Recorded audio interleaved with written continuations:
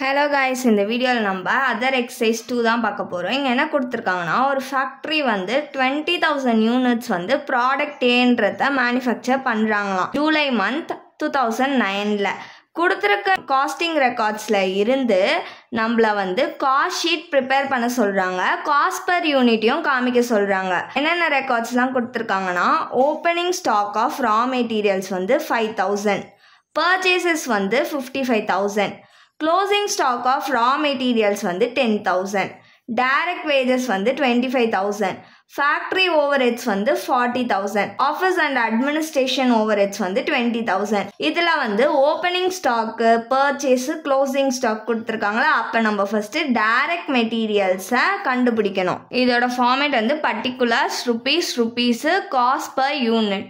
Cost per unit வந்து நம்மளுக்கு எவ்வளோ கொடுத்துருந்தாங்க, 20,000 கொடுத்துருந்தாங்களா. அதால் இப்போ டிவைட் பண்ண போகிறோம் எல்லாத்தையும்.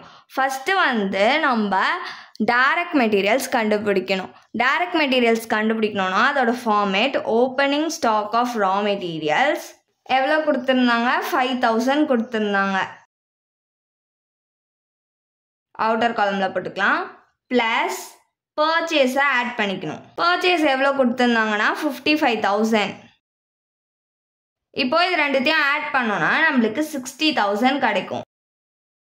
இதோட க்ளோசிங் ஸ்டாக் ஆஃப் ரா மெட்டீரியல்ஸை மைனஸ் பண்ணிக்கணும். Closing stock of raw materials எவ்வளோ கொடுத்துருக்காங்க, 10,000. இப்போ இது ரெண்டுத்தையும் வந்து மைனஸ் பண்ணிக்கலாம். மைனஸ் பண்ணோம்னா நம்மளுக்கு 50,000 கிடைக்கும். இதுதான் வந்து டைரக்ட் மெட்டீரியல்ஸ். டைரக்ட் மெட்டீரியல்ஸ் கண்டுபிடிச்சோமா, இது காஸ்ட் பர் யூனிட் கண்டுபிடிக்கணும்ல.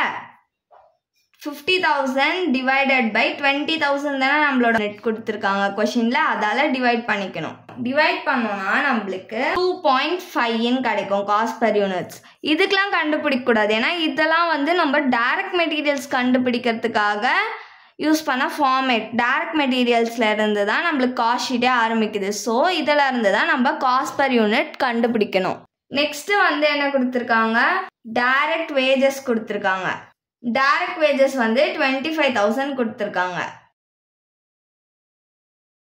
அப்போ 25,000 divided by 20,000.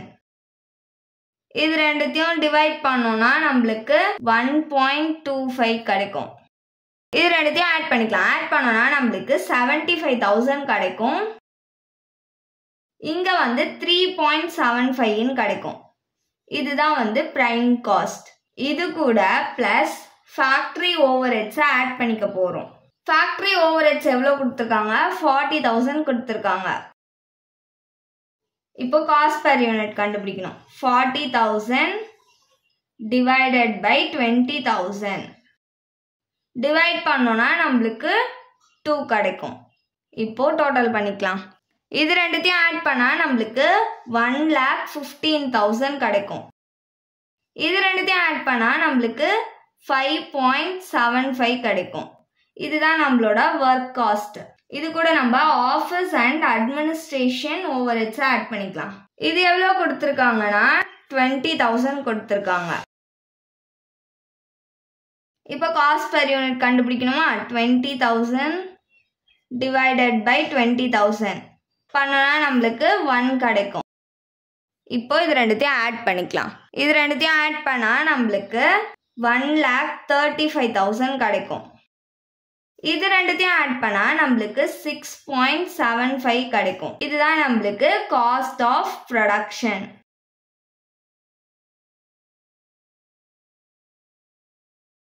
Thanks for watching.